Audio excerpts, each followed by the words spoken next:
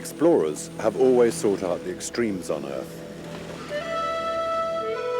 They seek that which has never been done, whether to climb the tallest mountain or to walk where no man has ever been before.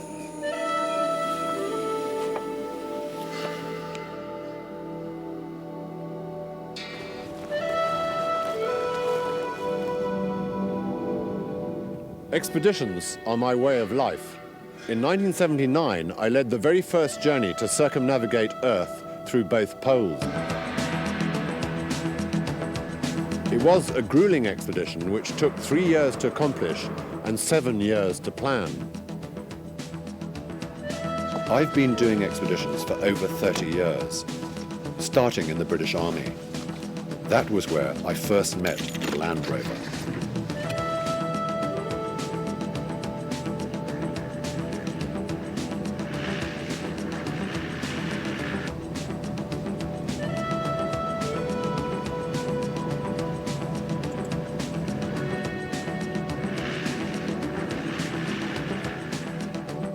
The Land Rover has been around for 50 years. From its humble beginnings, conceived to save the Rover Car Company in post-war Britain, to world leader in the field it created.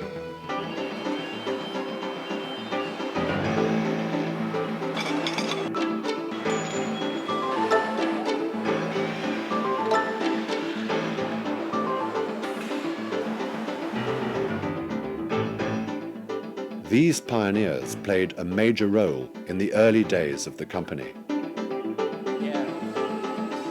Tom Barton, designer of the original Land Rover, Spen King, father of the Range Rover, Jeff Miller, development engineer, and Roger Craythorne, demonstration manager, span 50 years' experience designing and developing Land Rovers. They remember creating the first civilian off-road vehicle, the variations, the expeditions, innovations, and new products. They've returned to the home of Land Rover in Solihull, England, to reminisce, witness the transformation of their visions, and to look into the future.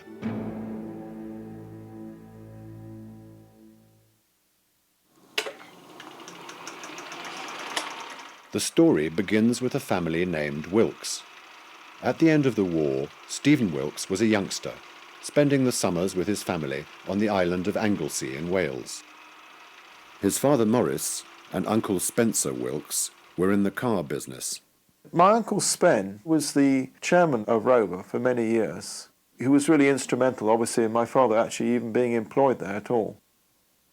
My father, I wouldn't describe my father as a businessman. Not really. He was much more of a solving technical problems, that type of thing. A man who was full of interest. There was always this sort of child there. He would be onto one thing and then it would be onto another thing. He always loved making things. He had an automatic mowing machine. Consisted of a piece of plywood about 4 foot by 3 foot. Then there was a motor vehicle back axle that would drive these wheels. Then the mower would go around on a string, and as it went round, of course, it would make the trolley move along. But there was another side to this carefree family life. The year was 1947, and the Wilkes brothers were struggling to keep the Rover Car Company afloat. Economic conditions after the war were bleak. The automobile industry was particularly hard hit. Steel was in short supply and given only to companies with products to export. That same year, England suffered the worst winter in decades. But it set the stage for Maurice Wilkes to develop an idea for a new product that would change the course of history for the Rover Car Company. There was a lot of snow, as I recall, and a great storm that followed after that, and floods. And the storm blew down lots of trees down the drive, so access to the house, well, you couldn't get there with a motor vehicle. And so it was important for my dad to be able to clear these trees as quickly as possible.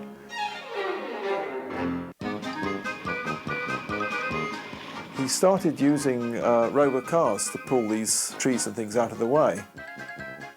and found that it wasn't the right type of vehicle for that. Being into government surplus equipment, he managed to buy a surplus Bren gun carrier, which is a tracked vehicle. It's a bit like a tank, but a very small one.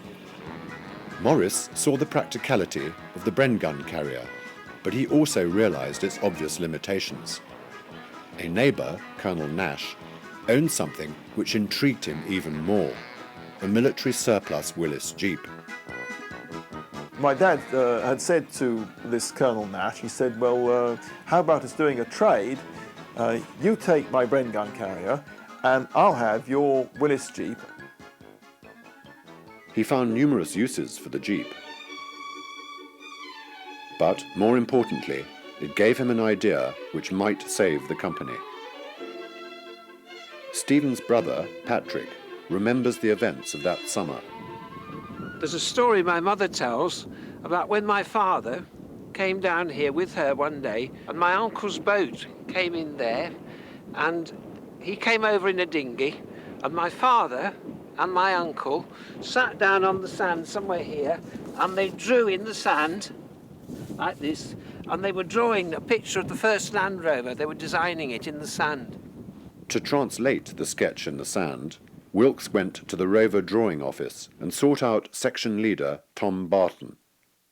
MC Wilkes had this brilliant idea and called us 5 section leaders, there was then, up into his farm in Anglesey and showed us his old Jeep. And he said, well, as a stopgap, we've got to do something.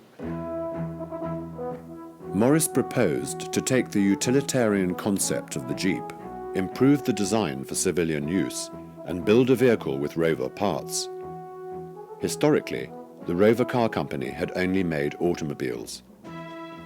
This new idea, a vehicle designed for export, would put the Rover Car Company back to work.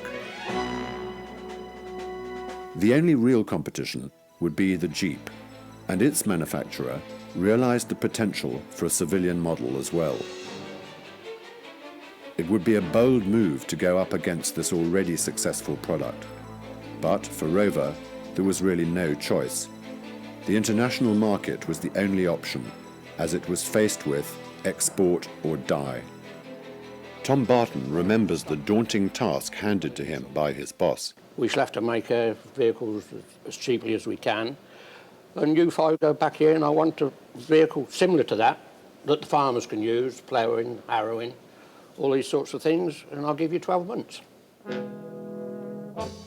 So they went to work on a 4-wheel drive vehicle that had a rugged boxed chassis that was much stronger than the Jeeps, and a power takeoff that ran a variety of tools.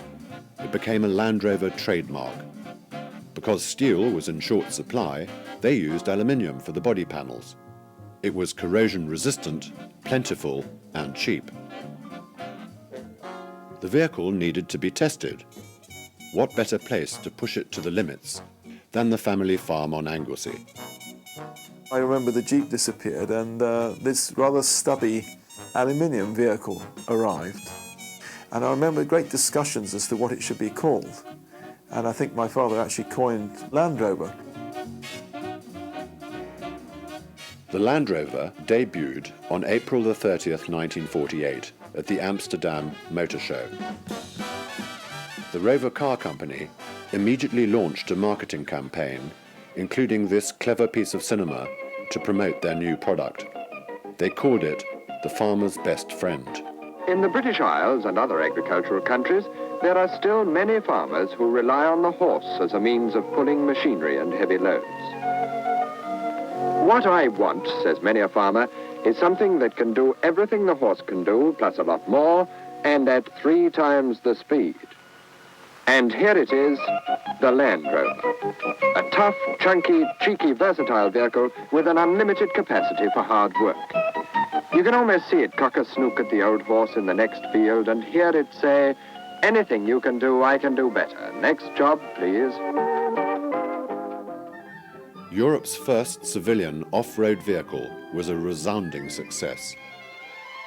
When the first production models began rolling off the assembly line in July of '48, it was apparent that the planned 100 Land Rovers a week wouldn't even begin to fill the demand. There was no end to the uses around the farm. With an 80-inch wheelbase, a 52-horsepower four-cylinder engine, and permanent four-wheel drive, the little Land Rovers were performing feats of daring do far beyond their size and far beyond Rover's original concept as the farmer's best friend. Just what was this husky little workhorse all about? Even though 50 years have passed since this film was made, we still can't say it any better. There's something about the purposeful, functional Land Rover that makes an irresistible appeal to the young and the young in heart. There she is, 4 cylinders, 2 litres, overhead inlet valve side exhaust to give real slugging power. She develops 52 brake horsepower, does about 23 miles to the gallon on the road, and up to 60 miles an hour. How's she different from an ordinary car? Jump in and I'll show you. To begin with, she's got 4-wheel drive. That means you can go anywhere the tires will grip. Then you've got 10 speeds, 8 forward and 2 reverse, 4 high ratios for normal use and 4 low ones for the really rough stuff.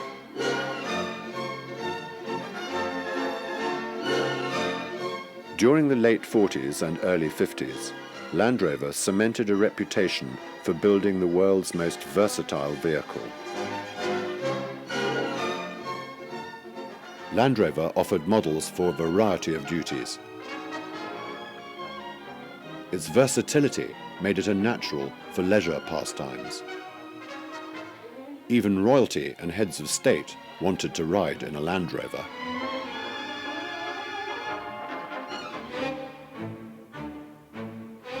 It quickly became a favourite of military forces around the world, seeing action for the first time in 1950 during the Korean conflict. By 1952, it had been fitted with a larger, more powerful engine. 1954 brought a 107-inch wheelbase pickup variant. And later, the familiar long wheelbase four-door station wagon appeared. Toward the end of the 50s, a vast array of body types and specialty applications were available, and the wheelbases of the short and long versions were stretched to 88 and 109 inches.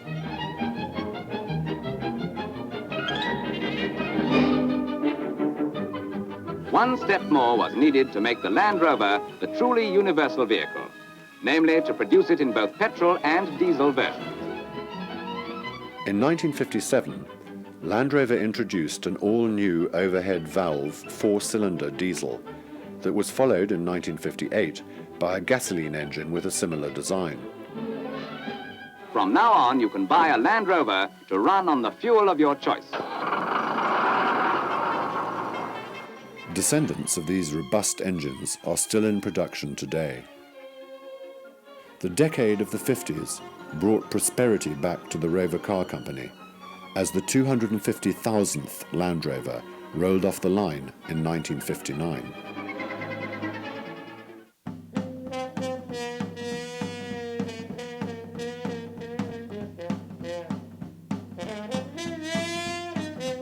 The possibilities of four-wheel drive caught on with the adventuresome.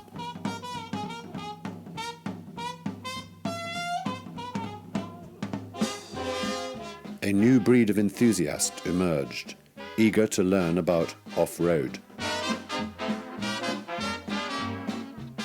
Perhaps this was the birth of the Land Rover lifestyle, the first step away from its strictly utilitarian role into recreational pursuits.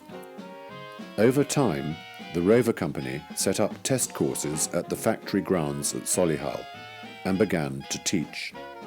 Commonest mistake is to tackle the tricky bits too fast with too high revs.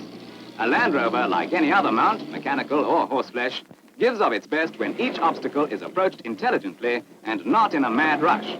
For example, taking uneven muddy ground too fast. The 1950s were known as the age of expeditions. Suddenly, people were driving through Africa, Asia, and South America. And it's estimated that the first vehicle ever seen by 1/3 of the world's population is the Land Rover.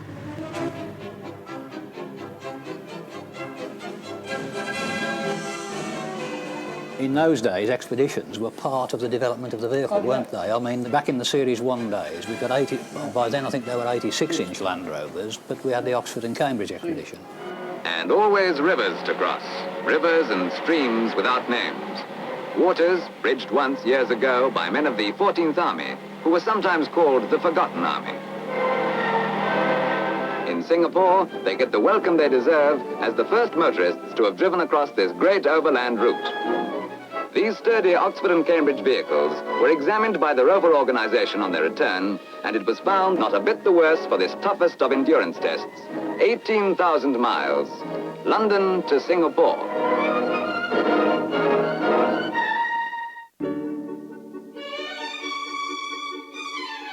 These were heady times for Land Rover.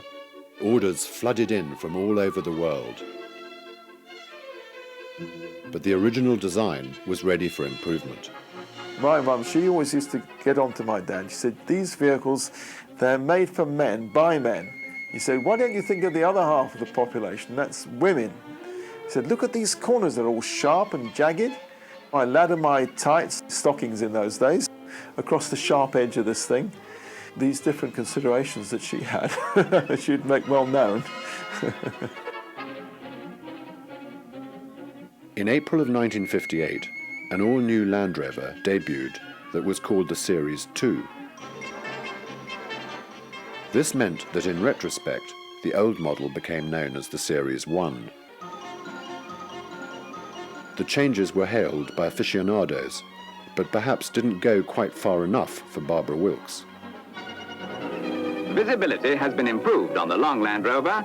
The rear window is larger and rounded quarter lights have been added. All windows are now of non-scratch glass. The doors have external handles and can be locked. This new Land Rover brought the line into an evolutionary period.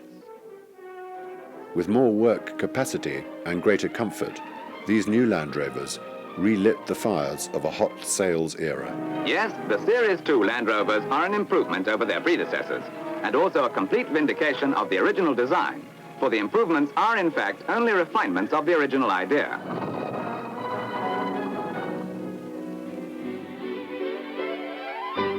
The 1960s could probably be called Land Rover's Age of Specials. The Series 2 evolved into the Series 2A, with a few mechanical improvements in 1961. By April 1966, the total number of vehicles produced reached 500,000. The vehicles reached new levels of adaptation and multi-use roles. In the mid-60s, there were 150 different variants available. Military forces all over the world ordered armoured cars, ambulances, and a lightweight air-portable version. And of course, everywhere the Army goes, the Land Rover goes too. Here she goes, weighing well over a ton with trailer. And here she comes, safe and sound. And it's just one more problem to which the Land Rover provides the answer, for it packs more power and usefulness into a few cubic feet than any other vehicle on Earth.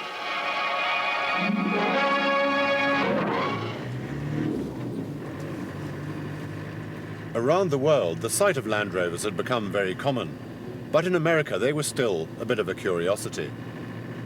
As far back as 1950, small numbers had been imported. But as Americans realized their recreational potential, the market grew. By 1967, special North American export versions were produced to compete with other 4x4s. Sales peaked at several thousand units, but emission regulations were tightening, and the relatively few numbers did not justify the investment. And so, with sales booming everywhere else, the American market was abandoned in 1974 for greener pastures. The experience was to be a valuable lesson later on.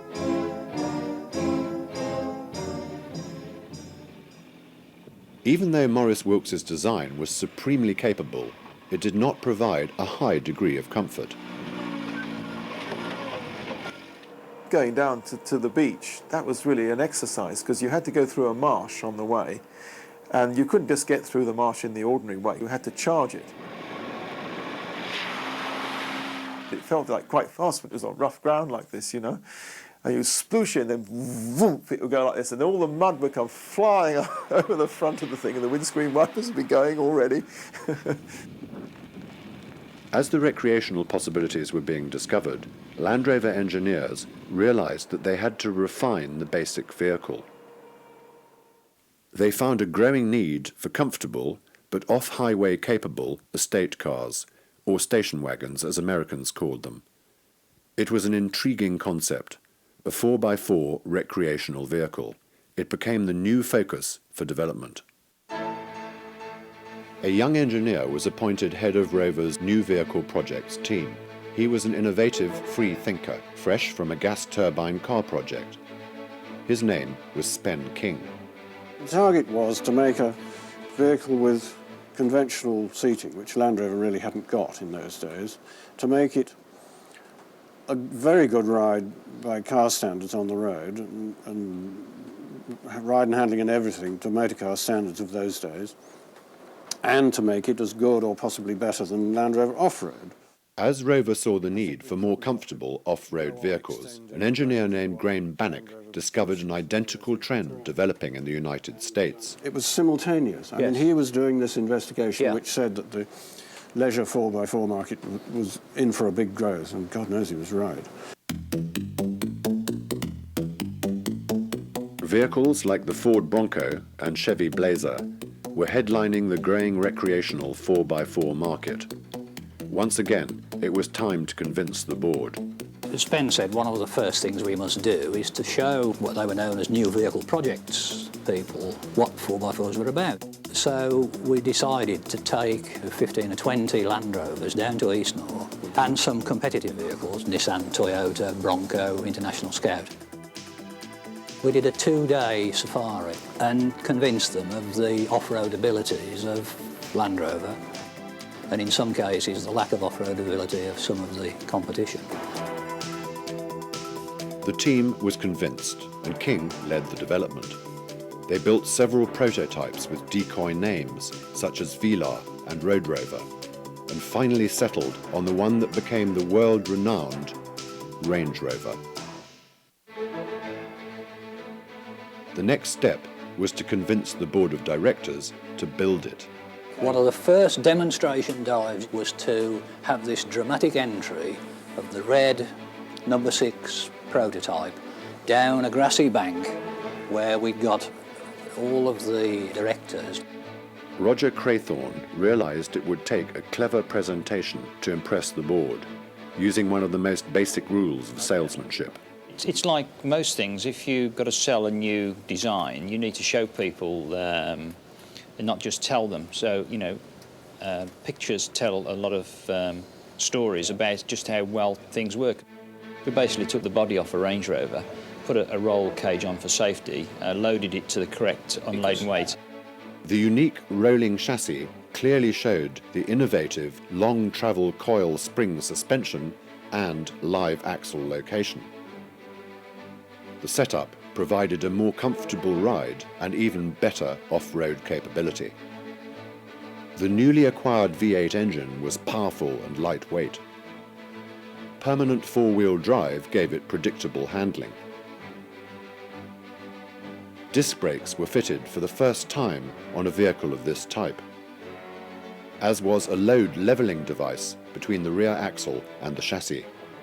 But Spen had one more goal: to make it more smooth and acceptable looking in appearance, and I think we succeeded. The new Range Rover was launched in June 1970, and like the little Land Rover in 1948, it became the new European automotive rage. It claimed numerous design awards and was even hailed at the Louvre in Paris as automotive art.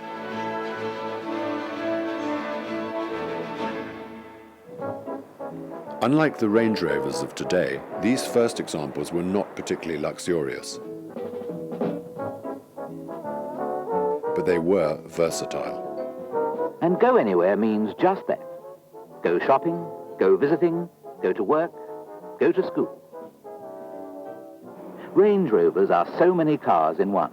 If you're open-air types, this is the car to get you there. Hiking or skiing or just getting away from the rat race. The Range Rover does it for you. Together with all the gear every family carts around. Helping a much older sister through a situation that no ordinary saloon car would even attempt on its own is just a courtesy for the Range Rover. The Range Rover is a real performance car and a real car for the sporting family. You can tow a big yacht and launch it too if you like. Then, free of the trailer, it's off on the open road with all the punch and go of a past touring saloon. With 8 forward gears, the Range Rover will go up a mountain. It does.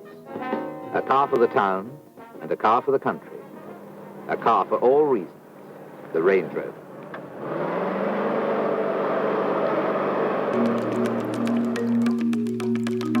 For Range Rover to truly be a member of the Land Rover family, it was important for it to prove itself.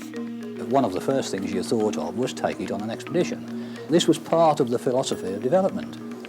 We built 2 Range Rovers, the idea being they were going to be driven from Anchorage in Alaska right down the North American continent, across Central America, down South America to Tierra del Fuego. The Darien Gap in Panama, with its beastly climate, dense, hilly rainforest, ravines and swamps, stood as a barricade between North and South America.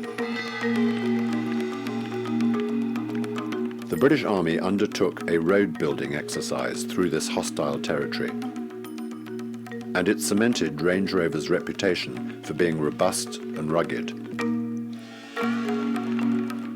The filmmakers viewed it as another milestone for the empire. Our Choco friends watched us leave. From now, they would probably reckon their calendar from the year the motor cars came. These smooth paved roads are misleading, and they will peter out and turn into a rough track. So rough in places that it would shake an ordinary car to pieces. Range Rovers were also put to the test in other parts of the world. In 1970, Land Rover engineers and Ken Slavin drove across the Sahara Desert. The 1,000-mile journey through Central Africa was a good proving ground, with temperature extremes and variety of terrain.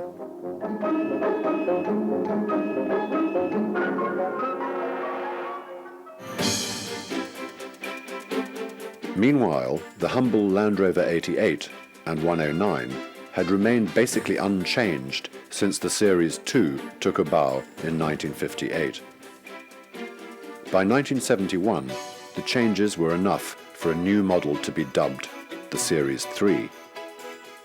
Under a policy of continuous improvement, there is not a single part in this, the first Land Rover built in 1948, that is common to the present model.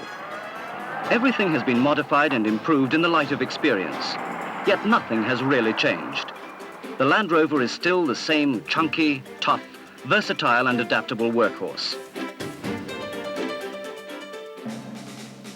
Once again, the Series 3 exhibited design changes typifying evolution and not revolution.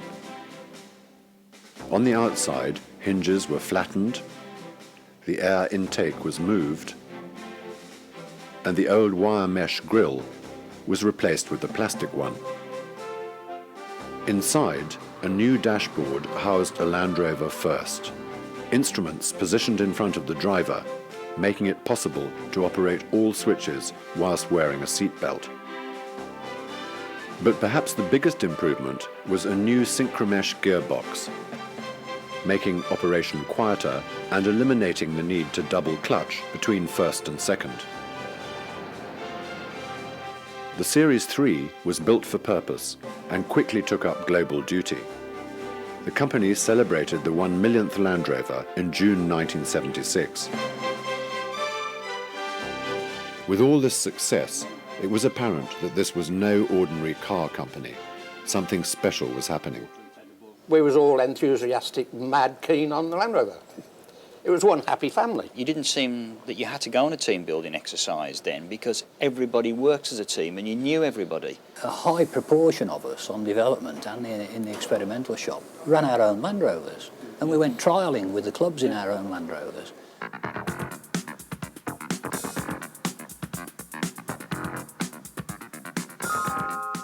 Yet another Land Rover tradition continued. Club rallies built tremendous enthusiasm and loyalty for the marque. Indeed, it's possible to detect the emergence of a new leisure pastime.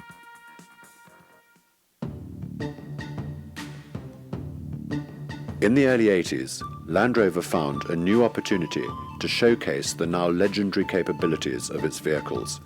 It was called the Camel Trophy. This was pure four-wheel drive adventure, the Olympics of off-roading. Each year, amateur teams headed out to tackle challenging terrain across the planet's most remote regions. This was nothing new for Land Rover and was viewed as the perfect way to show the tough side of Range Rover. 4 teams slogged 1,000 miles through Sumatra in 1981. In 1982, 8 two-man teams from 4 nations crossed New Guinea. Even though this was an international competition, teamwork was vital to complete the crossing. And the cooperation of 700 local tribes didn't hurt either. The phenomenal success of the Range Rovers prompted engineers to incorporate its innovative design hallmarks into the Land Rover, including permanent four-wheel drive and coil spring suspension. 2 new models emerged, named after their wheelbase lengths. The 110 immediately headed out to Brazil. The 90 tackled Borneo. A year later, Australia. Not to be outdone, Range Rover, with a new turbo diesel engine, traversed Madagascar in 1987. Included in the convoy was an official team from the United States. Tom Collins and Don Floyd spent 3 weeks making the first crossing of the island. It was punishment and hardship, with rewards in the once-in-a-lifetime category.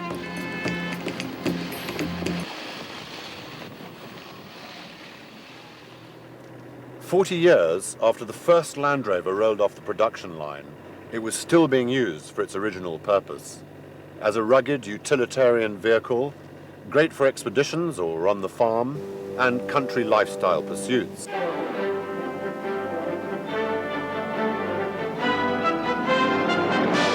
Market research said this television commercial portrayed the essence of its image.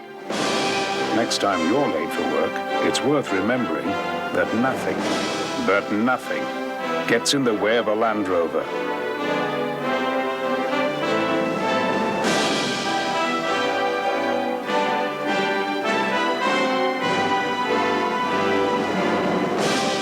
The best 4x4, by far. The 1980s saw many developments for Range Rover. A 4-door version, fuel injection, automatic transmission, and diesel engines became available.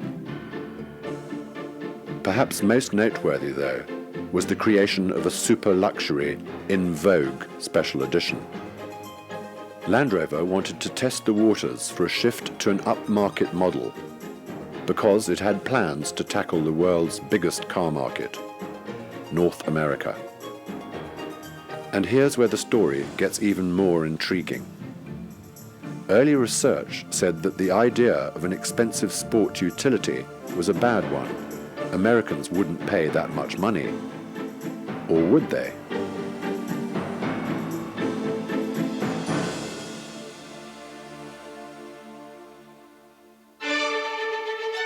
Business in America commenced in 1987, selling a very exclusive high-specification Range Rover, with options never before seen on this type of vehicle.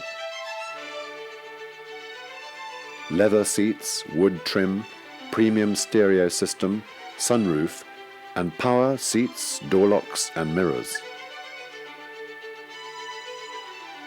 Despite the predictions, this Range Rover was an immediate success. It sold out. The press dubbed it the gold standard of sport utilities. At that time, the sport utility market was still in its infancy, with only 10 marques available in the States. The Range Rover didn't fit the description of these more utilitarian types. It created a brand new segment in the still infant four-wheel drive market, the luxury sport utility vehicle.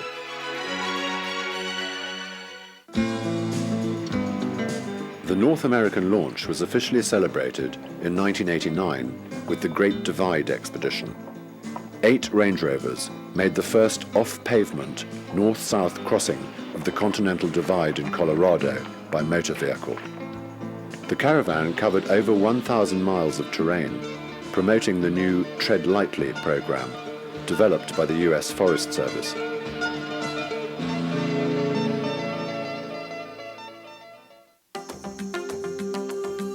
At the same time, the Range Rover went headlong into the high-tech era with a bevy of electronic improvements, pioneering many four-wheel drive innovations, such as 4-channel anti-lock brakes. It became the first sport utility with a viscous-coupled center differential.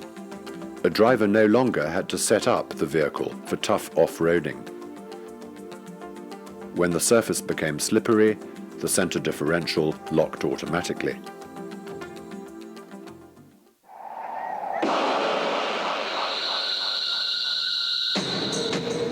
In the early 80s, Land Rover realized it needed a new vehicle, one that combined the ruggedness of the 90 and the 110 with much of the comfort of the Range Rover. The Japanese had already found a strong demand for this mainstream sport utility. If Land Rover were to enter this market, the vehicle could not sacrifice any off-road capability. With so many years of experience, it shouldn't be difficult to produce a winner.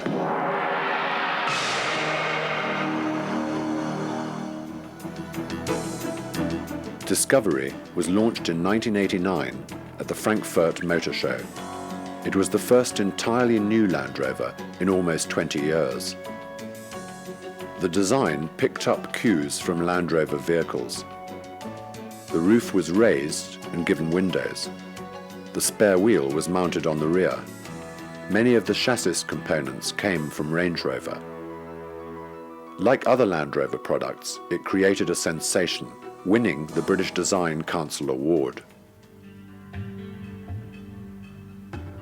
Discovery was an authentic Land Rover and quickly joined the expeditionary ranks.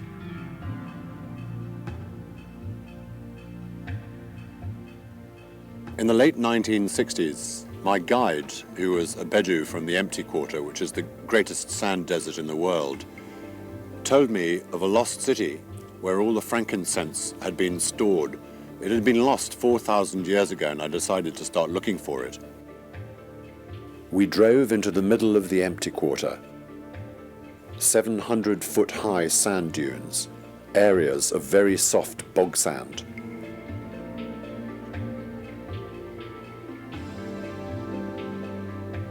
Eventually, in the early 1990s, we found it in a place called Shissa.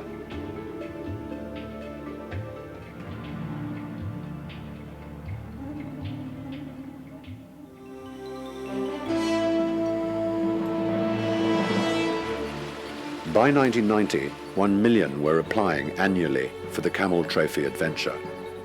Discovery was tapped for the crossing of Siberia. It quickly proved it was a genuine Land Rover.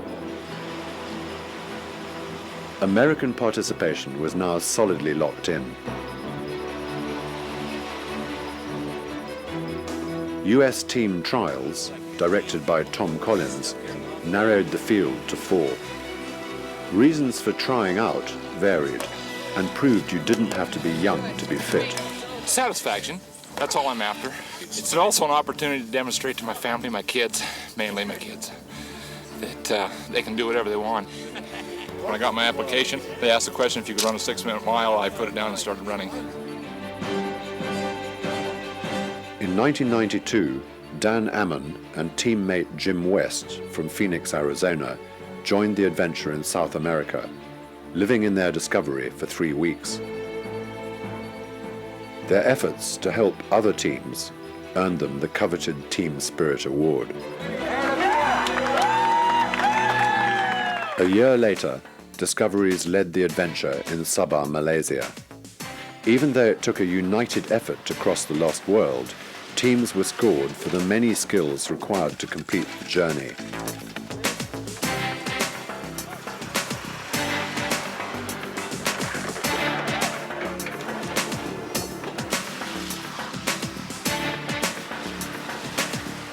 This was another record year for the American team. Tim Hensley of Portland, Oregon, and Michael Hussey of Middlebury, Vermont, had never met before the US trials.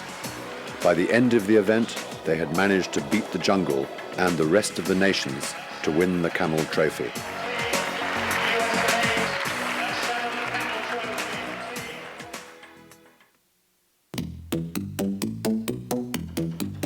With Discovery, Land Rover now had a 3-model lineup. It was decided to put a name on the over 40-year-old descendant of the original. It was dubbed Defender, thereby establishing Land Rover as the manufacturer of a range of 4-wheel drive vehicles.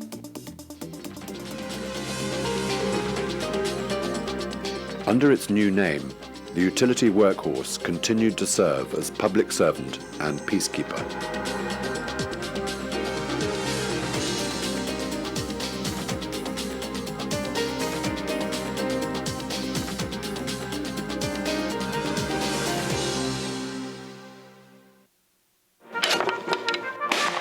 On the leisure front, four-wheeling had exploded. Range Rover became the vehicle of choice by the country set. The company capitalized on the opportunity and began to promote the Land Rover lifestyle. The Land Rover driving experience was established at the factory in Solihull and at Eastnor Castle. Really, it's a case as slow as possible, as fast as necessary. And it seems to be a direct contradiction, but that's the way we want to be. And we're getting a nice, smooth ride now. It's just... We've got to remember that, as slow as possible, as fast as necessary. The Land Rover Driving Academy in Aspen, Colorado, was billed as the world's most exclusive driving school. It provided an intensive course on advanced four-wheeling. The Invitations program offered Land Rover owners worldwide driving adventures at select points on the globe, like the incredible rocks in the Moab, Utah region. By the early 90s, the classic Range Rover needed a major enhancement to stay in front of a wave of competitors from America and Japan. The long wheelbase version once again marked technological firsts for four-wheel drive. Height adjustable air suspension and electronic traction control. After an unprecedented 25-year run, this Spen King design had become the icon of the luxury four-wheel drive segment. One of the most successful vehicles in automotive history was a source of tremendous pride. The success was a surprise to its creator. I don't think any of us anticipated how successful but we know we were clever. Yeah, we knew. No, don't be more modest. We knew we'd done something good, frankly. Yeah, we did. But we didn't know. We knew it was special. We didn't know it was going to cut as much ice as it has done over the years. 1994 heralded the introduction of an all-new Range Rover. Built in a new state-of-the-art assembly plant, it was the crowning glory for Land Rover, with its ultra-modern, high-tech engineering. The technical achievements were impressive. It had more computing power than the Apollo 11 spacecraft and an innovative dual-range gear shift. The new Range Rover leapt miles ahead of the competition, maintaining its position as sport utility king. It fits seamlessly into its role as the leader of the four-wheel drive lifestyle.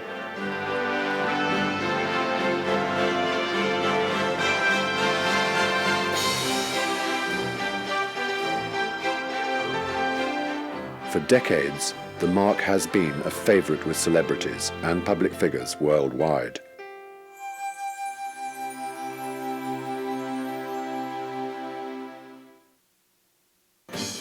Sport utilities had become the hottest automotive segment, and manufacturers rushed to cash in on their popularity.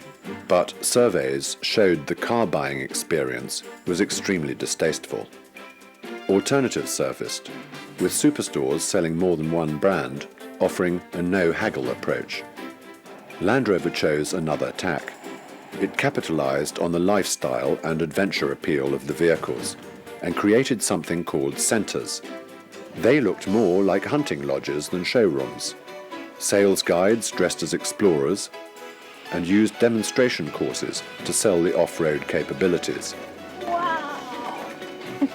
You're close now, Bob. You're real close. They also created excitement. Yes! Hands on there! All right, 32 seconds. Good job. Nice touch. Good job. 32 seconds. Since the North American market had proven so successful for the Range Rover, 1994 brought the inevitable, Discovery.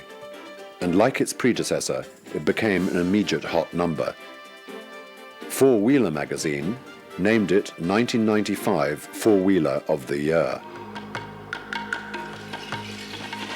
It was immediately tapped for an expedition to the world of the ancient Maya in Central America.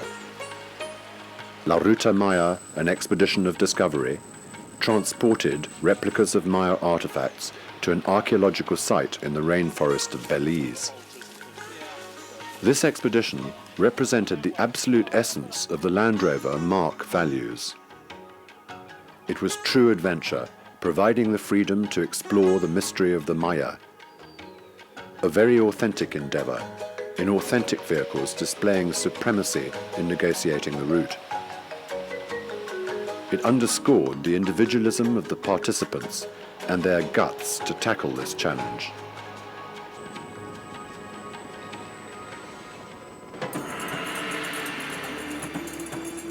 Archaeology and ecology were the themes again in 1997 for the Mongolia expedition. Two discoveries made the first continuous north-south border-to-border crossing of Mongolia in support of a long-term ecological research program. A people who have seen little change over the centuries inhabit the pristine environment. They are the last horse-based nomadic culture in the world. The Gobi Desert yields rich beds of dinosaur fossils left 70 million years ago. Paleontologists come to the Flaming Cliffs to try to find the answer to their mysterious extinction. There are few roads in Mongolia, and the travellers relied heavily on their vehicles and several forms of navigation to complete the journey.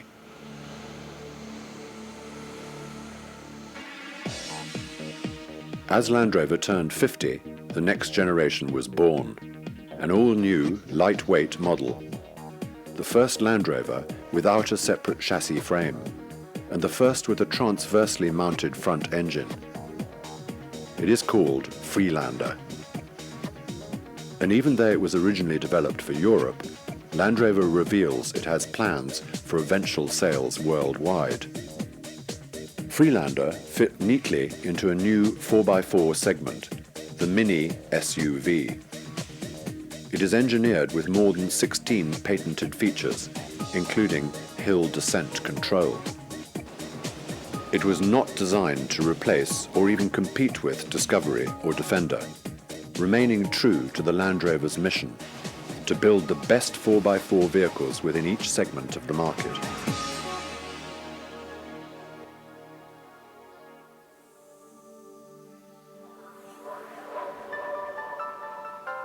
"12 months on the heels of Freelander, the new generation of discovery appeared, the Series 2. It has been 10 years since its introduction, and by 1999, sport utilities are extremely popular, not only as four-wheel drives, but for daily duties, and they are expected to handle predictably as passenger cars. Advances in automotive technology have made it possible to improve ride and handling. Even though designers choose to evolve the appearance of Discovery Series 2, under the skin there is a revolution in performance. By the end of the 90s, it is clear that the decade has been Land Rover's age of technology. Using onboard computers and advanced hydraulics, body lean in cornering is greatly reduced using a patented system called ACE. This is short for Active Cornering Enhancement. Land Rover engineers have used components of the anti-lock braking system to create even more capability. Off-road driving techniques must therefore also be changed. When a wheel spins, a driver should stay on the throttle instead of letting up, allowing the four-wheel electronic traction control to send power to the wheels with the most grip. Land Rovers have become more capable than ever. Hill descent control takes it another step. Using ABS, speed is limited, providing better control downhill. Is it possible this Land Rover does a better job than even the driver?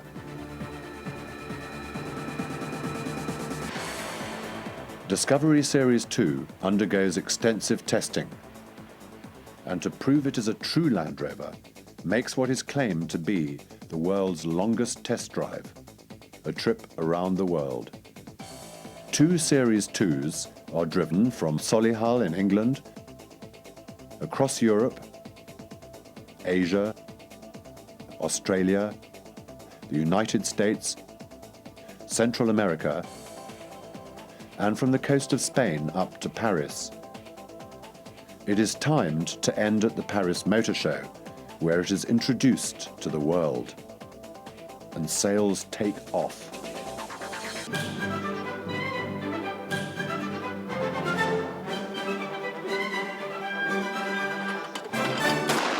In Colorado, Land Rover owners are given a preview of this new generation at the Land Rover Lodge. Many think they put their own Land Rovers to good work and find the extreme conditions a real eye-opener.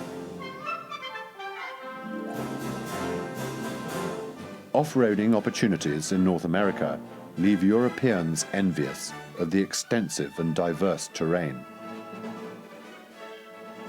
Series 2 is a fitting cap on 50 years.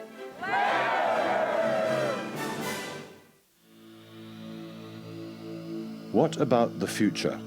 For years, Land Rover had little real competition, but times change, and there are now 19 manufacturers selling over 40 sports utility models in the US alone.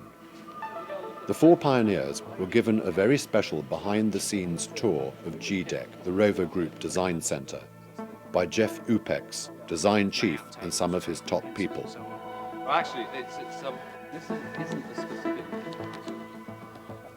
We aim to shock, you know. Well, you That's actually a very distinct defender filter at the I don't know if it's right at all, but I'd be worried Where about are we trying to get to with Land Rover as a piece of design? You've certainly made it look like a Land Rover product. Yeah.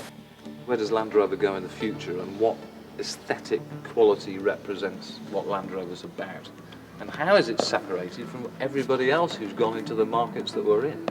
The market itself has got a lot more sophisticated, but I think actually the solution that you come up with still has to have the same simple elegance that Defender had in 1948. The energy and innovative thinking hasn't changed much in 50 years. But the technology has. This is where the future of Land Rover lies.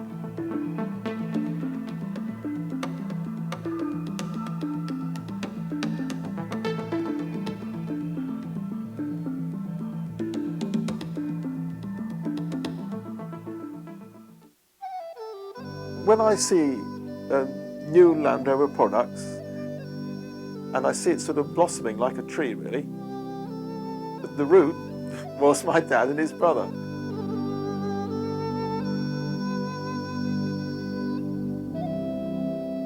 Of course, 50 years is not the end of the story. Land Rover will continue to make great vehicles, and explorers will always find something new to do. In a short while, I will begin my next expedition. We will, of course, be using Land Rovers.